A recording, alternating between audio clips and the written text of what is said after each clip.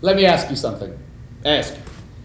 Why is it that you people can't accept it that some people just don't want to believe in God? I accept that. You do. Sure I do. Meaning that I believe it to be a fact. I'm looking at it every day. I better accept it. Then why can't you leave us alone? To do your own thing. Yes. Hanging from them steam pipes and all. If that's what we want to do, yes. Because he said not to. It's in here. I mean, one thing that, it come up pretty early, I think, in rehearsal is that I mentioned to Marcia that I felt that Black, if it just happened that he found the Bible, if he would have found another religious book, he would have been gung-ho all the way in that religion as well, because there are those several lines where he disagrees with what's in the Bible. He says he doesn't believe everything the literal truth. You don't even have to read the Bible to be saved, which is pretty far from, I would say, fundamentalism, at least my knowledge of it.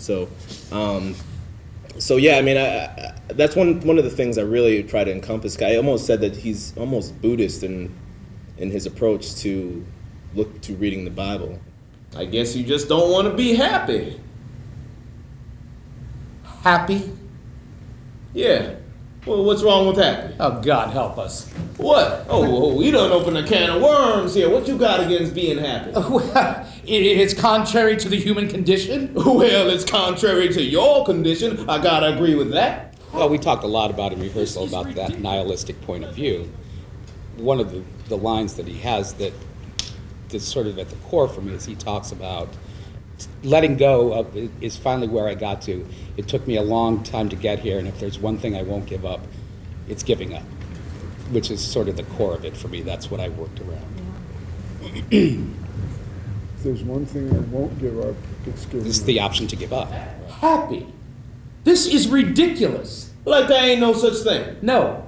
Not for nobody. No. Huh. Well, how'd we get in such a fix as this? We were born in such a fix as this. Suffering and human destiny are the same thing. Each is a description of the other. But we ain't talking about suffering. We talking about being happy. You can't be happy if you're in pain. Why not? You're not making any sense. Oh, those are powerful words from the professor. Oh, the preacher's fell back. He's clutching his heart. Eyes rolled in the back of his head.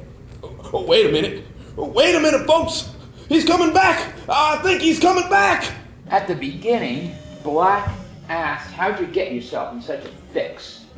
And then the rest of the play answered that question, and poor White, little by little, reveals how he got himself in that fix, which is, little by little, he cut himself off from everybody else.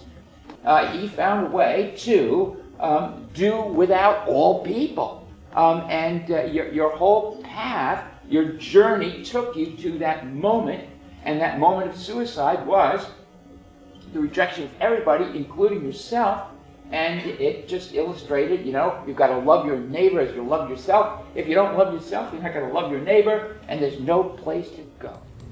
The point, Professor, is that if you didn't have no pain in your life, how would you know you even was happy? As compared to what?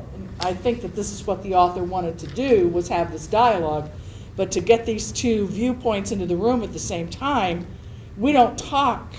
These two groups don't talk to each other. They're like the north end of a magnet. They just repel each other.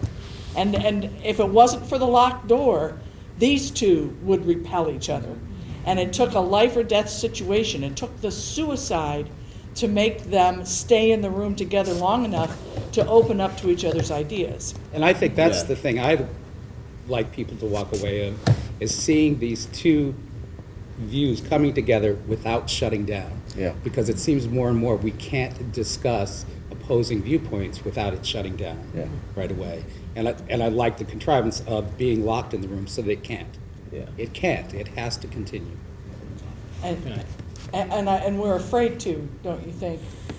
We're afraid to put our viewpoint out there that someone challenge it. I am so distressed when I hear that parents don't want their children to read certain materials because to read it would be to somehow adopt the viewpoint of the material. But I think too that it's not just that you get challenged, it's that you get shot down and you get labeled. I mean, that's the environment I feel over the past 8 years in this country, is that if you question anything, you're immediately labeled as someone who's not supportive, which is pretty scary.